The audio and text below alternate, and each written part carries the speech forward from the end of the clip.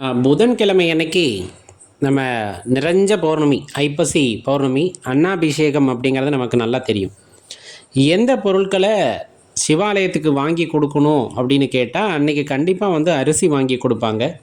அன்றைய தினம் வாங்கி கொடுக்கறதுக்கு பதிலாக அதற்கு முன்தினம் வாங்கி கொடுக்கலாம். அன்றைய தினத்தில் காய்கறிகள் வாங்கி கொடுக்கலாம், பழ வகைகள் வாங்கி கொடுக்கலாம். நம்மளால் என்ன முடியுதோ அதை அந்த அலங்காரத்துக்கு வாங்கி கொடுக்கலாம். ரொம்ப முக்கியமாக பார்த்தீங்க அப்படின்னா, திருமஞ்சன பொடி இருக்கு இல்லையா, திருமஞ்சன பொடி, அதே போல் இளநீர், தயிர், வீட்டில் பசும்பால் இருந்தது அப்படின்னா தயிர் போட்டு அதை கொண்டு போய் நீங்கள் அபிஷேகத்துக்கு கொடுக்கலாம்.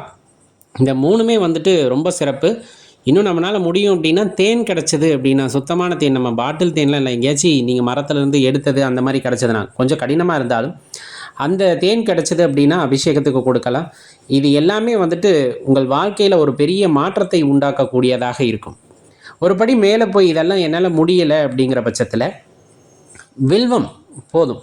ஒரு பாக்கெட்டில் வில்வம் வாங்கி கொண்டு போய் கோயிலில் கொடுக்கலாம். இல்லை வில்வ மரம் இருக்குது அப்படிங்கிற பட்சத்தில் நீங்களே அதை பறிக்கும்போது ஓம் நம சிவாய சொல்லிக்கிட்டு ஒவ்வொரு வில்வமாக பறித்து ஒரு பையில் போட்டு கொண்டு போய் ஆலயத்தில் நம்ம சமர்ப்பணம் செய்யலாம்.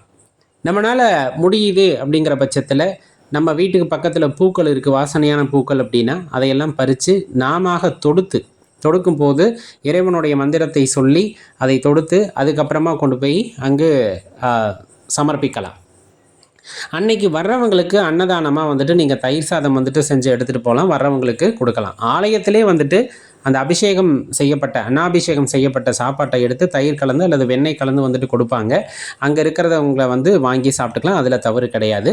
இருந்தாலும் ஆலயத்திற்கு வர்றவங்க மன நிம்மதியாக போகணும் அப்படிங்கிற அந்த ஒரு காரணத்திற்காக நம்ம முடிஞ்சது அப்படிங்கிற பட்சத்தில் அங்கே அமைதியாக உட்காந்து தியானம் பண்ணிவிட்டு மற்றவர்களுடன் சிவனுடைய பெருமையை பேசி வருகிறோம் அப்படிங்கும்போது கண்டிப்பாக அது உங்களுக்கு ஒரு பெரிய நிம்மதியை உண்டாக்கும் அப்படிங்கிறத மறந்துட வேண்டாம். ரொம்ப அற்புதமான நாள். முடிஞ்ச இந்த பொருட்களை சிவாலயத்துக்கு வாங்கித்தாங்க. நல்லெண்ணெய் வாங்கி கொடுக்கலாம், நெய் வாங்கி கொடுக்கலாங்கிறத மறந்துட வேண்டாம். ரொம்ப அற்புதமான நாள். முடிஞ்ச இந்த பொருட்களை சிவாலயத்துக்கு வாங்கித்தாங்க. எல்லாம் சேர்த்துக்கும் போது கண்டிப்பாக சிறப்பாக இருக்கும். நண்பர்களே, மறக்காம உங்கள் நண்பர்களோட பகிர்ந்துக்குங்க. நன்றி, வணக்கம்.